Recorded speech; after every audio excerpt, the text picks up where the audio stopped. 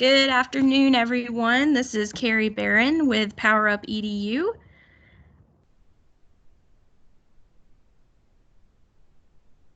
There we go. Are we good? We can hear you. Okay, awesome. Thank you. I see you. Awesome. Okay, perfect. Just to introduce myself, Carrie Barron with Power Up EDU. I am an education consultant and I live in Travelers Rest, South Carolina. I am a former fourth grade educator and do some Microsoft training and help Power Up with education technology in the classroom, bridging that gap between technology and how to use it in the classroom effectively. There is some contact information below. If you feel the need to get in contact with us after today's webinar, feel free to do so. We are glad to help with any questions that you have. Today's focus, again, is keeping students engaged during the remote learning environment. So we're going to talk about building strong student and teacher connections.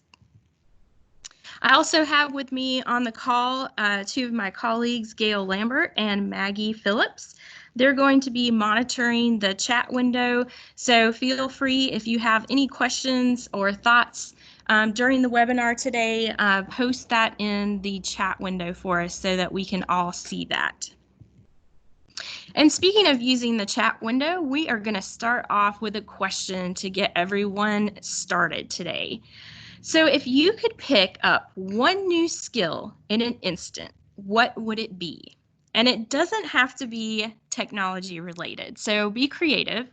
If you had to pick up one new skill in an instant, what would it be? So in the bottom of your Teams call, just look for the little speech bubble button and that will open up the chat window and will allow you to respond there.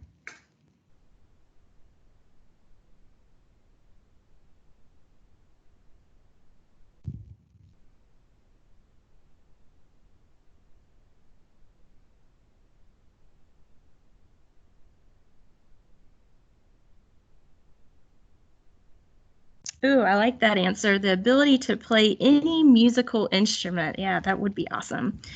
We have love the ability to fly, see the future.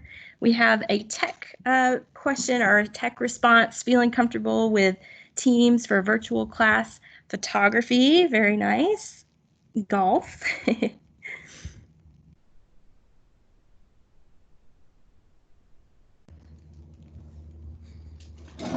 So again, as we go through this webinar today, feel free to use that chat window to ask questions or give us your thoughts on anything that we're discussing today.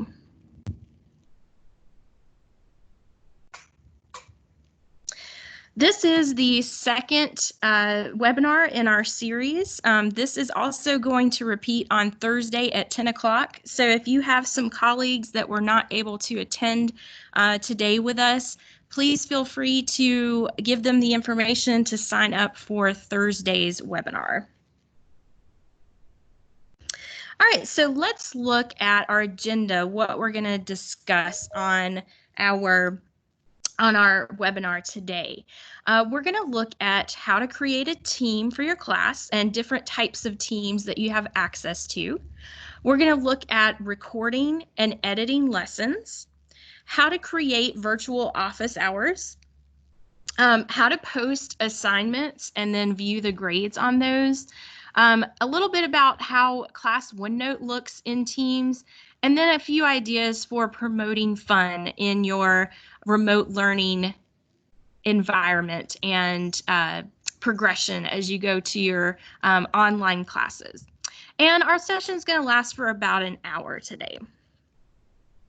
All right, so we are ready to start. So I see a few of you have joined us from the last call when we did an introduction about remote learning. So some of this is that introductory information, but then we're going to jump into working with teams. So just to kind of go over what remote learning is, It is when the learner and instructor are separated by time and distance. So we can't meet in that traditional classroom setting. Now, of course, with the coronavirus going on, we're kind of forced into the situation where we're having to do remote learning from our homes. But in the long term, it can be a very cost-efficient way to reach many people with resources. This also gives us the opportunity to have that flexible, customizable, and having our students be able to access this learning at any time. So how is online delivery different? Well, the facilitator is still being asked to bring the class together, even though there's that obvious physical distance that separates the two. This is done through establishing community.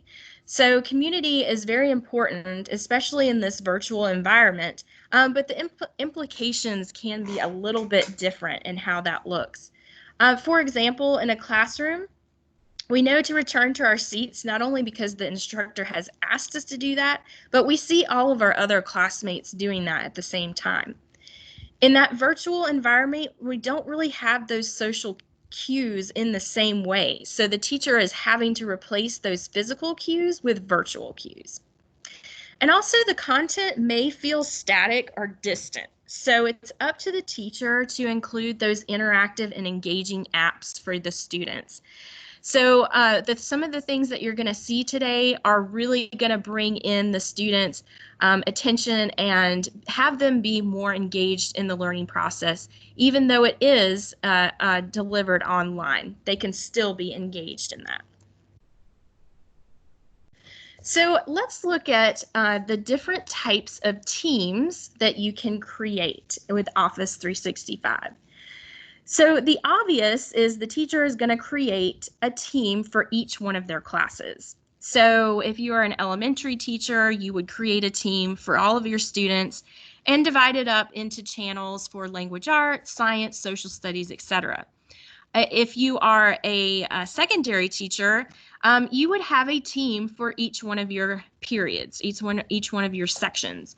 So math section 1, math section 2, algebra 1, algebra 2, so that each group of students has access to those materials, but yet they still have that community with their classmates online. Here are 3 other types of teams to consider creating that's going to help that unity not only in your class, but in your school as well. One of them being a team for grade levels. So this is where you and your grade level team can discuss students who are struggling and ways that we can help them. This is also a safe zone. So this is where you and your colleagues could practice these features that you're learning about today in teams before trying them with students. So all of this is done away from the student population where you have a little bit of a buffer zone where you can try some new things out. Obviously, this is where you can join calls and talk about upcoming lessons, get feedback, and give feedback to each other on what those look like, and just regular check-ins with each other. You know, we obviously, in a normal school schedule, meet with each other at least once a week. So thinking about keeping that those check-ins going to just keep each other going.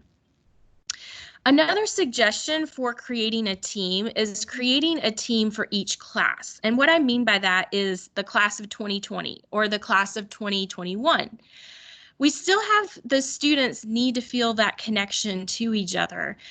This is where even the admin can communicate some information about policies, any tips for issues that arise. And very important, the counselors can actually check in with the students and talk about wellness and mental health practices. I don't know if you guys saw on the news, I think it was last week, where they actually did a virtual prom for their students. That was pretty awesome. So the class of 2020, they all got dressed up. The news, they sent them the corsages and boutonnieres, so they were still being able to to have a prom, but virtually. So it was a really creative way to be able to connect those students, even though we are apart physically. Another team that you might want to think about creating is each division of your school. So if your school is, let's say, a K through 12, you might want to create a team for the lower grades and one for the upper and middle grades. This again is where you can hold those virtual meetings that have that will pertain to those particular teachers in that section, and everything can be planned out in that particular team. So what I'll do is I'll switch over to my Teams account here and show you how to set up a team. So I am logged into my Office 365 account, and I am in the Teams section here. So I've just clicked here. You can see all the teams that I am a part of right now. Some of them are with students, some of them are with colleagues, and some of them are with other teachers. In the top right corner, you're going to see a button that says Join or Create Team. When you select that option, you're going to see Create Team, join a team with a code. So if this is somebody that has invited you to their team, you can type in the code there. And you can also see a lot of teams listed here that you can ask to join, basically. So when you hit Create Team, you have several different choices here depending on what your purpose is with this team. So the first option is class. So obviously this is going to be for your academic classes. You have the opportunity to create PLCs. So this is for your grade level group. This is for maybe your lower grades or your upper grades. There is a team that you can create for staff. So this might be the administration and maybe the all the front office people can join a team together. And then there's an other category as well. So clubs, study groups, after school activities. So connecting all of them in a team as well. So when we select the type of team that we want, we just go through the steps. So giving it a name, either making it a private group or a public group. And then we're able to choose our students that are going to go into this team. What's great about creating a class team is that there are some standard things that come with the class team that you won't have to set up in the background, and we'll take a look at what is included in that. So you just go through the steps of setting it up, and then you've created your own team in Microsoft Teams. So I'm going to hit back here and open up one of the teams that I'm a part of. So when I click on a specific team, this is what I'm seeing. I have on the left here, these are the channels for the different sections. And in the center here are going to be all of the resources that I have access to in this particular team.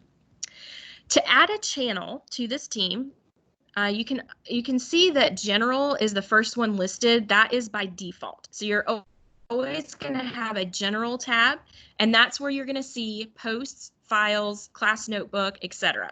So that is standard for every class team that you set up. Notice that there's already been a few channels added. For example, ELA, there's a math channel, there's a science channel. The way to add a new channel is we're going to click the More Options. We click Add Channel, and then we give it a name. So I have ELA, Math, Science. Let's name this one Social Studies. So again, just simply naming the channel. I can put a description if I want to. And I want all of my students to have access to this channel. So I'm going to leave this on standard, which says everyone on a team can access it. I click Add, and now that channel has been added in this particular team. So I can now, as a teacher, put the resources that are applicable to that specific channel in that section. So it makes it a very easy way to organize all of your files and posts and information that you want to give to your students. Okay, so let's go back to the General tab. So one way that we can communicate with our students is creating announcements. And this is a great visual reminder for students for any upcoming assignments or maybe activities that are going on in the class. This also allows you to color code. So we could maybe do red for reading, blue for math, maybe a certain picture for science or social studies, and then post that information for our students and their parents to be able to quickly find that information. So in order to do that, you'll notice that I am under the Post tab in my General channel. I'm going to click the Format bar below our little conversation window here, and I'm going to change it from Conversation to Announcement.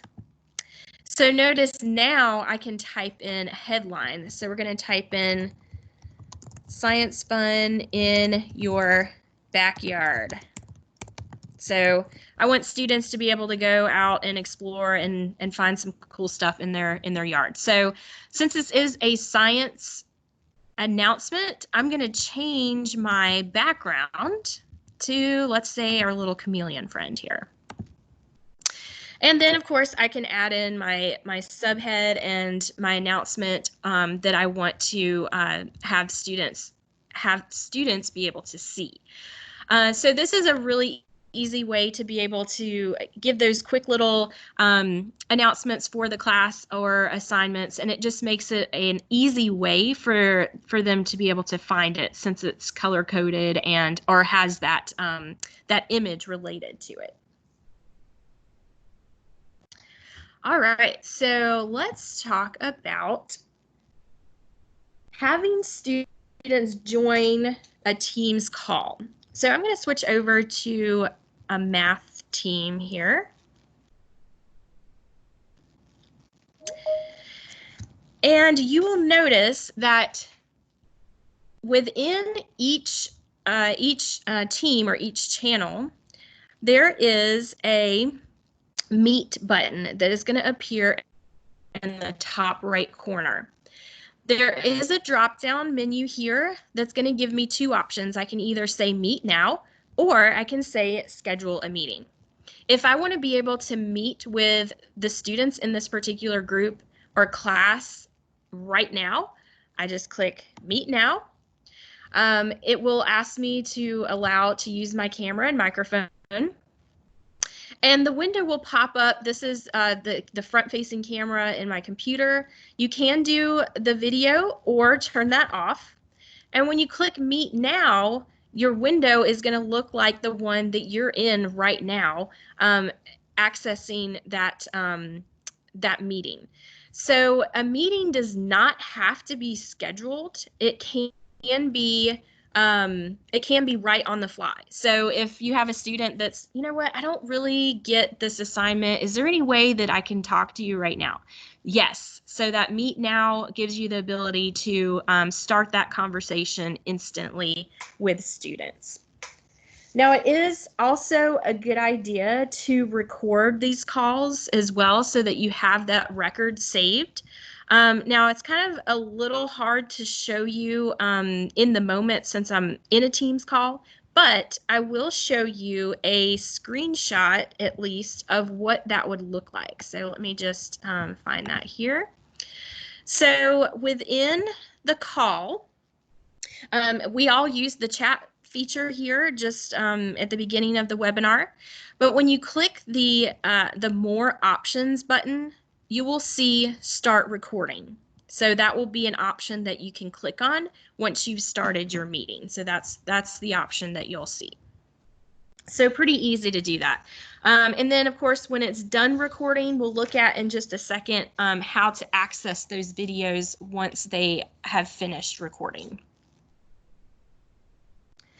Here's a few classroom management tips when you're using video. In the initial, everybody connecting, it's always a good idea, just like we do with webinars, we have everyone mute themselves. If there is that opportunity for students to have that Q&A with the audio, that's fine. We can always unmute or turn cameras on, but just getting everybody situated, audio muted, cameras off. There's a few other things you can see here. One thing that we talked about in the last webinar was creating checkpoints to gauge for understanding. So this can even just be a thumbs up, thumbs down within that chat feature, just to make sure students are on the same page with what's going on. And then, of course, making sure that you have some breaks scheduled if they do have a longer period of time that they're sitting in front of their computer. So even just a quick stand up, stretch, move around a little bit, so that they're not, just sitting in the front of their computer for too long a period of time. So there's a few suggestions that you can see there that will help the calls go a little bit smoother. And we do have a resource too that will give you access to that that has these suggestions in there.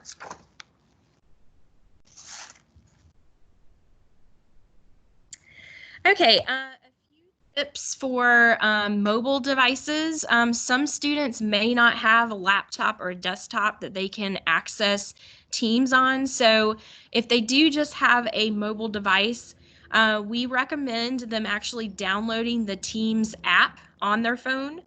And this is going to allow them to view those posts, the files, the OneNote notebooks, and all those Office files. One thing, however, to mention about accessing those files, if they want to edit them, they do also have to have the app that goes with that document. So if it's a PowerPoint, they need PowerPoint app on their phone. If it's a Word document, they're going to need the Word app on their phone. So just kind of keep that in mind if you do have students that are using phones, that it works way better and a lot smoother if they use if they access everything through the specific apps that you're asking them to use. Okay, so recording lessons. So we just saw how to record a lesson within a team meeting. There are also ways to record pre-recorded lessons for students to watch and for you to be able to post to them. So in addition to the Teams call, you can use several different things. There is the camera app that is on your computer or on your phone, so just the regular old camera recording video. There are a couple of recording options in PowerPoint as well that are really handy. So I'm going to show you those. There is the PowerPoint recorder, and there's also a screen recorder that comes in the desktop version of PowerPoint. So I'm going to just escape out of the slideshow and switch over to a blank PowerPoint. So the first one is the screen recorder. So it is under the Insert tab. And if you go all the way to the end here, you'll see screen recording. So what this is going to allow you to do is to record anything on your computer. So if you wanted to show an example of a website or present a PowerPoint, maybe you want to show ink on a OneNote page or demonstrate how to do a problem. These are all different ways that you can record your actions on your computer by using the screen recording. So when I select this option, you'll notice that a box pops up at the top, and it's asking me to select an area that I want to record. So let's say I just want to record in this box here. I've selected my area, and I simply press record.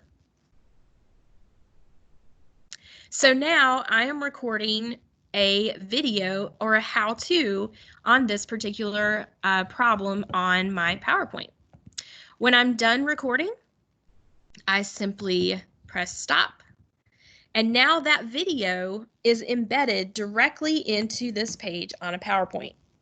So you can see it gives me the play button here and some controls down here.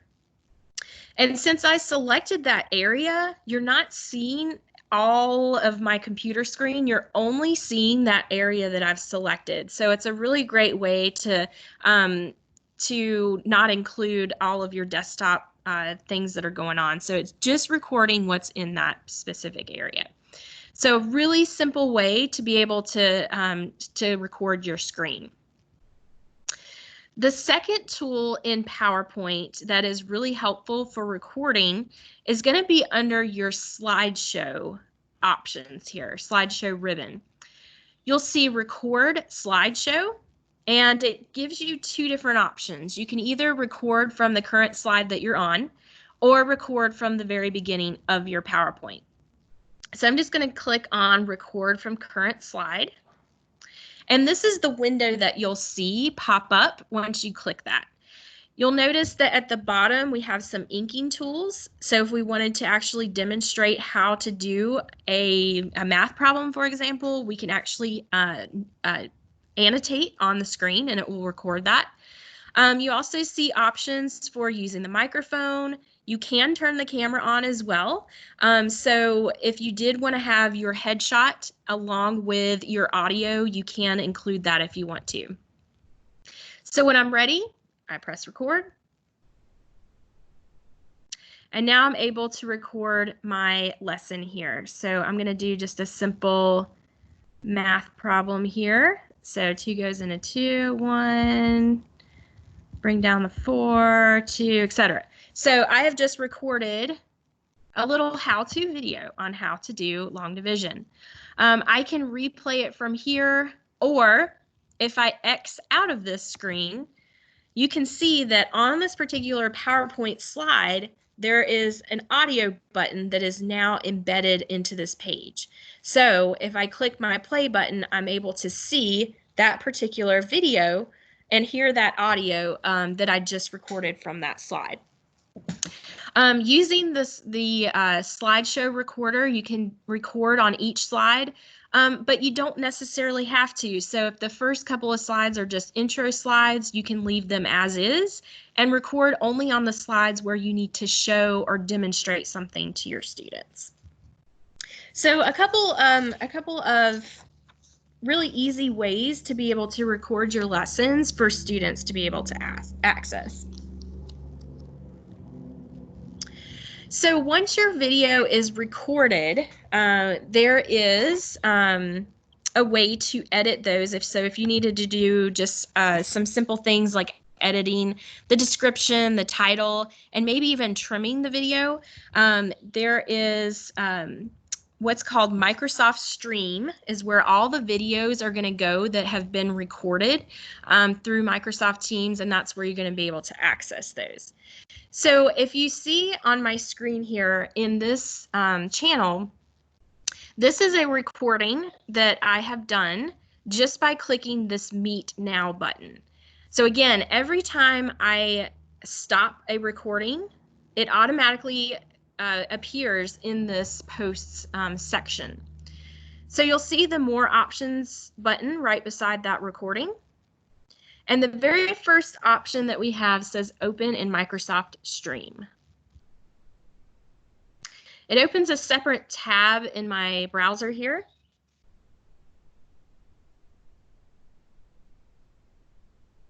Here's my video. And again, the More Options or More Actions is going to give us access to a few editing options. So trim video is probably one of the most popular things because we can take, say, a 20-minute video and trim it up into just a couple of minutes for our students to be able to watch. Notice there is also update video details, so that's going to give me the option to give it a name, give it a description. This is also where I can give permissions of who is going to see this video. There is also the option to download the video. So if it is necessary for you to download this to your local computer, you do have that option from taking it from Microsoft Stream to your local hard drive of your computer. So really simple. This is, again, where all of your recordings are going to go in Microsoft Stream. Now, it is handy that these videos appear in the Post tab, but the more videos and information that appears in this post it may be a little difficult for students and for parents to find those videos, let's say if it was from last week. So instead of having them scroll through all of this information in the post section, what you can do is you can set up a channel called videos. So again, how I did that, more options, add channel, and I just named it video. So from that Microsoft Stream, that link that it gave me for that particular video, I have now posted that in this channel. So this channel called videos, the only thing that it's going to have in it are the videos that have been recorded. So it gives me that library list of videos easily accessible other than just having to scroll through the posts in my general tab here. So hopefully that'll be a good time saver for your students and for your parents to find those videos that you've created. So connecting with students, if you want to set up virtual office hours where students can access you and ask questions about certain assignments, maybe they need clarification, or maybe they just need a little extra help or support on a particular assignment. The way to do that is going to be through the calendar app within Teams. So on the left-hand side here, I'm going to click on calendar. I'm going to select the date and time that I want to start those virtual hours. And I'm going to type in some information of what this is going to be. So this is going to be our reading group collaboration time. Okay. This is where I can set required attendees or the entire class. This is also really handy because if we're talking about virtual office hours, it's going to be on a schedule, something that repeats. So where it says do not repeat, what I can do is I can select weekly and say that it occurs every Wednesday at 3:30. So every Wednesday at 3:30 starting tomorrow, I have that virtual office hours scheduled where students can connect and ask questions about assignments. So again, really easy way to be able to connect with your students if they need that extra support. So just keep in mind that you can set it on a schedule so that you don't have to keep scheduling it every week at that particular time. It does it for you.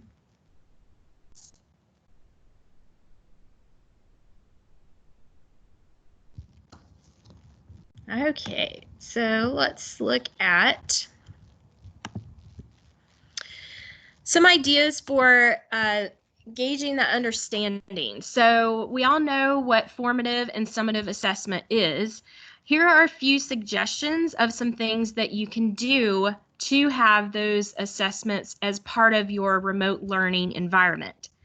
Entrance and exit tickets using forms. So again, those can be posted in the post tab of your Teams channel. This is also where maybe students keep a journal in OneNote or even just a Word document with questions or wonderings, things that they need further understanding. Forms, again, can be embedded as quick polls in the posts channel. And also having those discussion questions right there during a Teams call. So using that chat feature or having them just verbally ask those questions is going to check for understanding and see how they're doing. The summative assessment. So we saw how to use that PowerPoint recording app and even the screen recorder. Well, why not have students use those particular tools as well? So if they have PowerPoint, they're able to access those tools and use those to answer questions that you have for them. And then, of course, using Word, using OneNote, assigned through Teams. So we'll look at assignments in just a second. And then responding to Flipgrid prompts. So a lot of teachers are using Flipgrid, so that's another great way to involve students. That's something a little bit different other than just answering or responding to a question by using text. All right, so let's look at how to post assignments in Teams. Let's go back to Teams. And I'm going to select a different team here.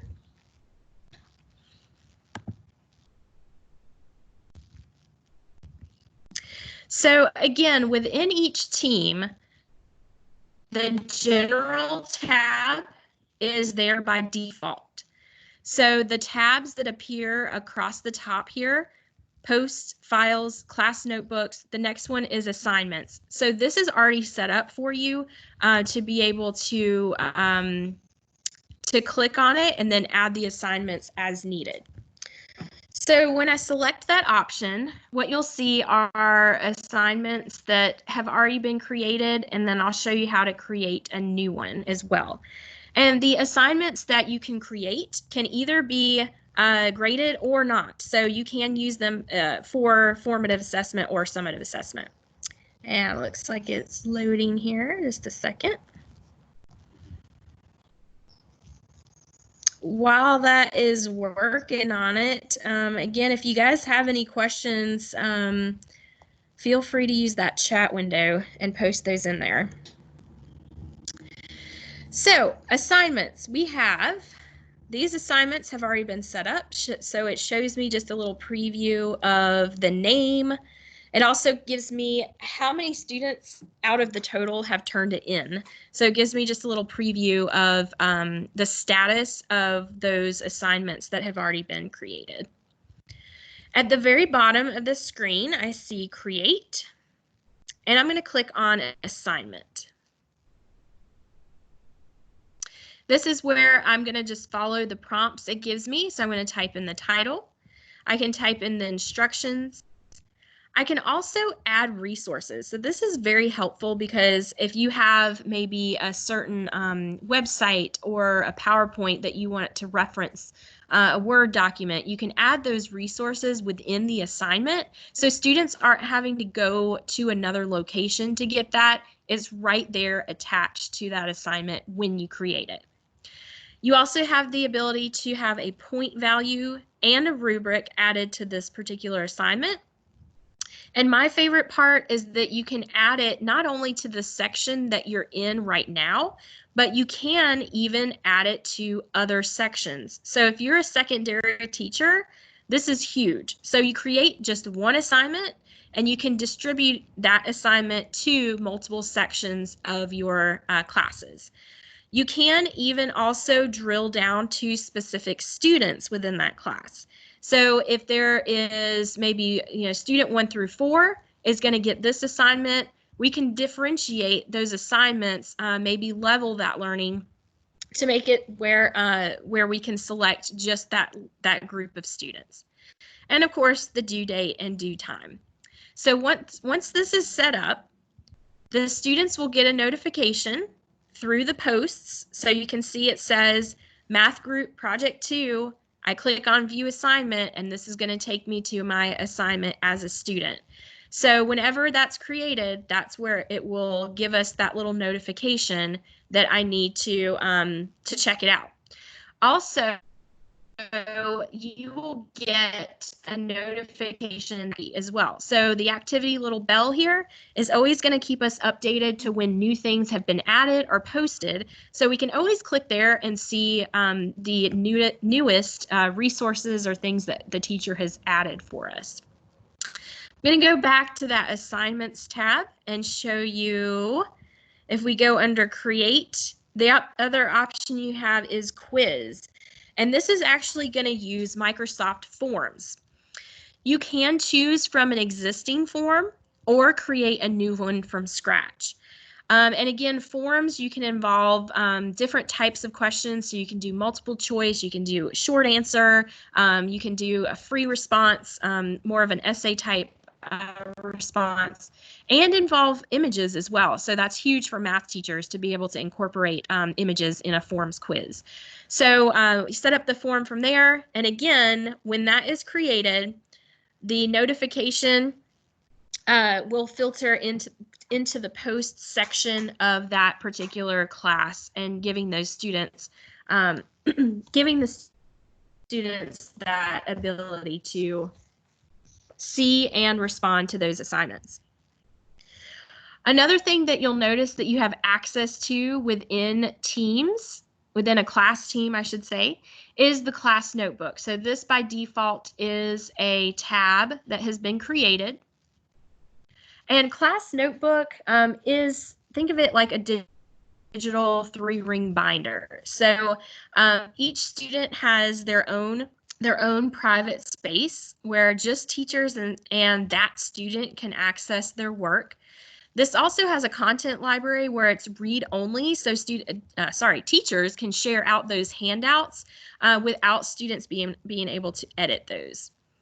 And the third part of a class notebook is the collaboration space. So if you have groups of students that are going to be working together on a particular assignment or a project, the collaboration space allows them to do that, to be able to connect with each other.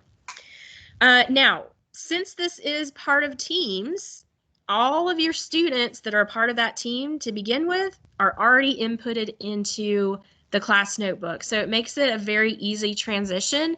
If you've used class notebook before, if you're new to it, this might be another option for posting some assignments and things for your students to be able to access.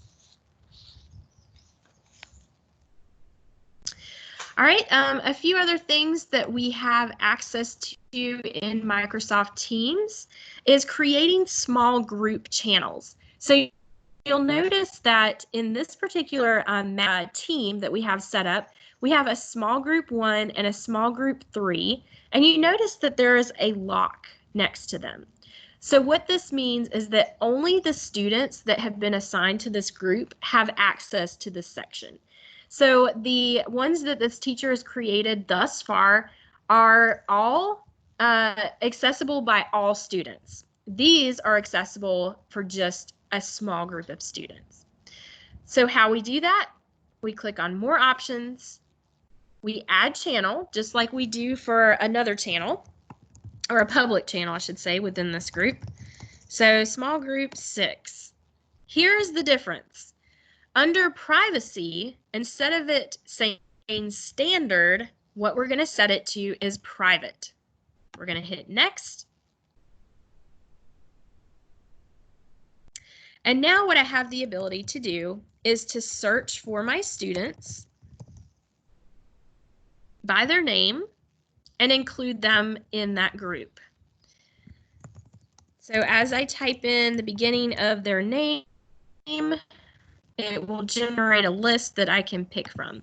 So if these students are working on a group project together, only student number 50 and student number 22 have access to this small group channel.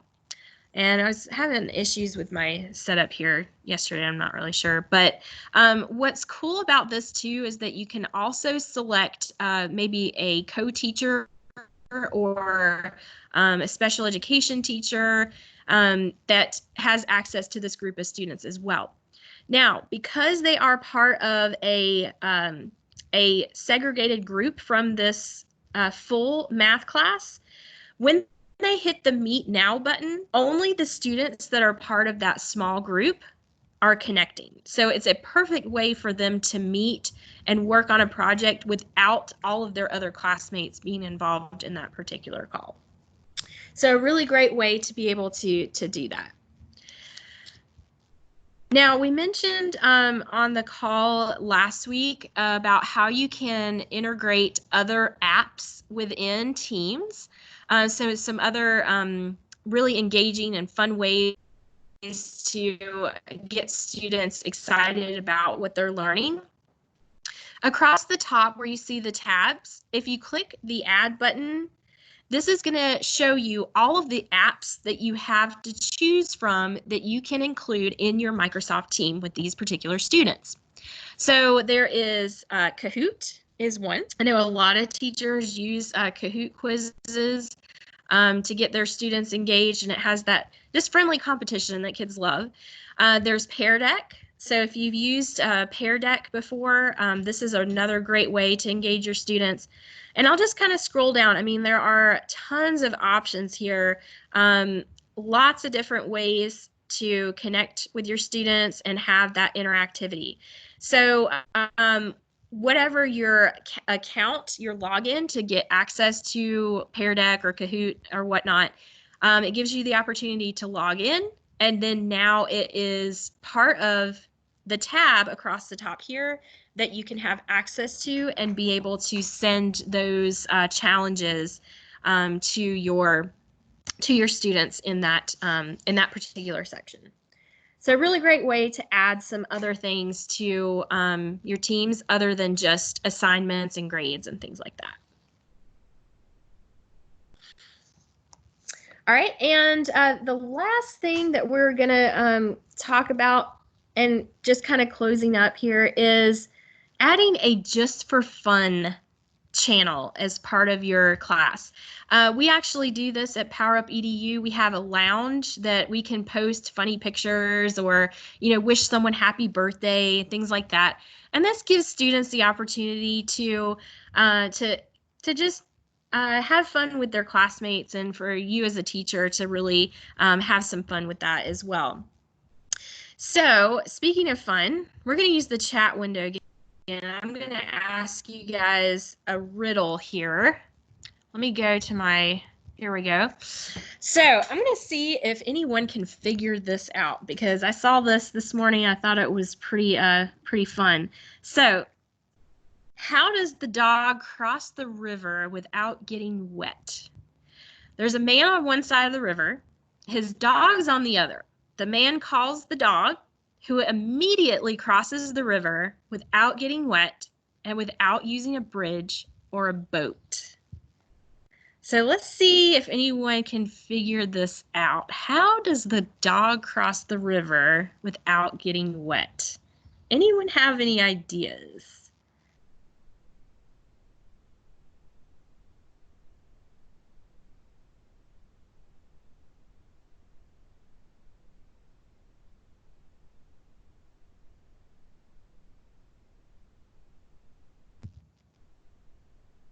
A dry river. The river is dry, okay. Not quite, but good guess. The dog crosses the log. No, because he's not going to use any bridge or boat or rocks. I'll give you guys a few more seconds. Let's see if anybody can figure it out.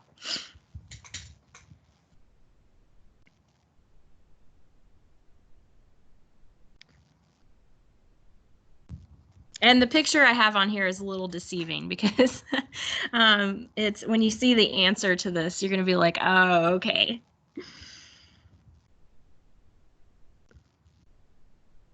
All right. And the answer is the river was frozen. Ha ha ha ha, right? I got you guys good that time. Okay, so I know we had a few questions popping up in the chat window, and Maggie and Gail were doing a great job answering those. Anyone else have any other questions, thoughts, reflections, aha moments that they saw during the call today?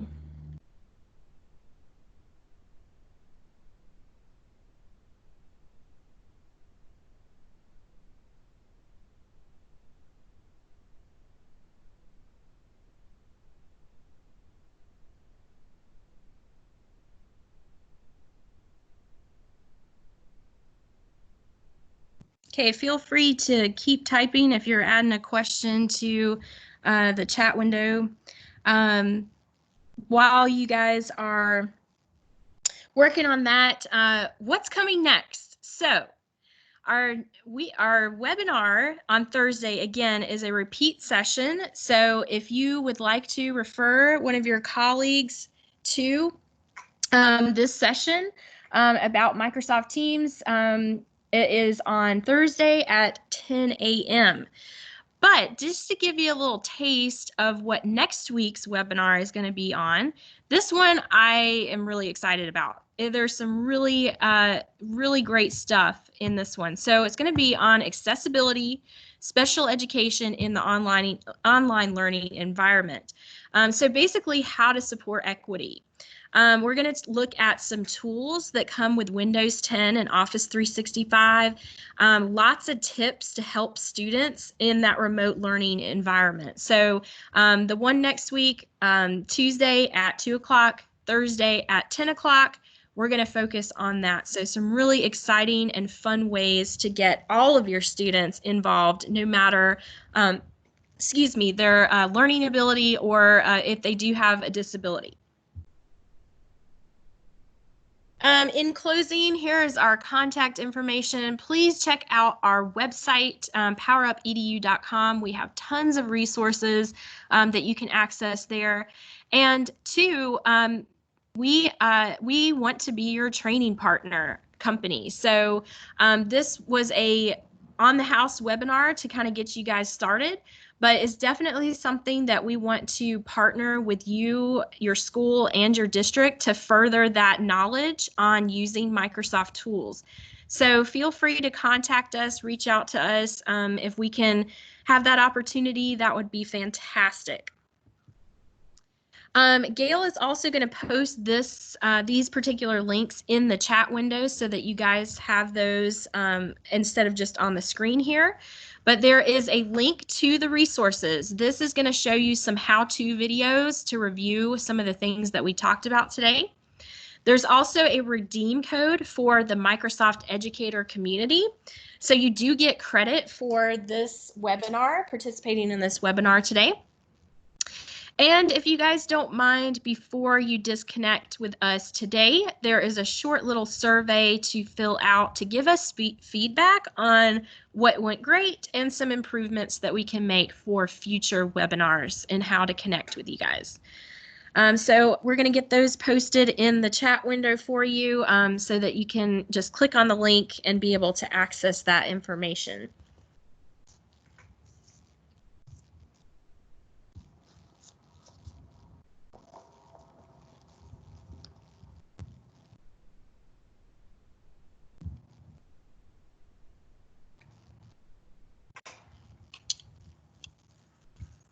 And thank you, Gail, for doing that.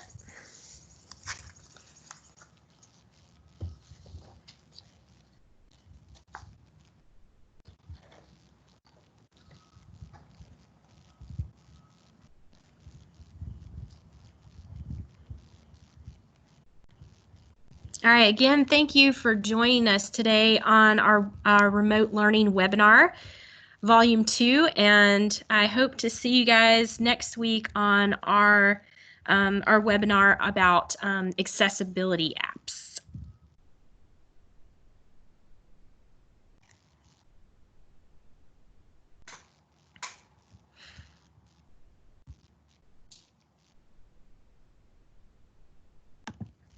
Hope you guys have a great afternoon and a good rest of the week.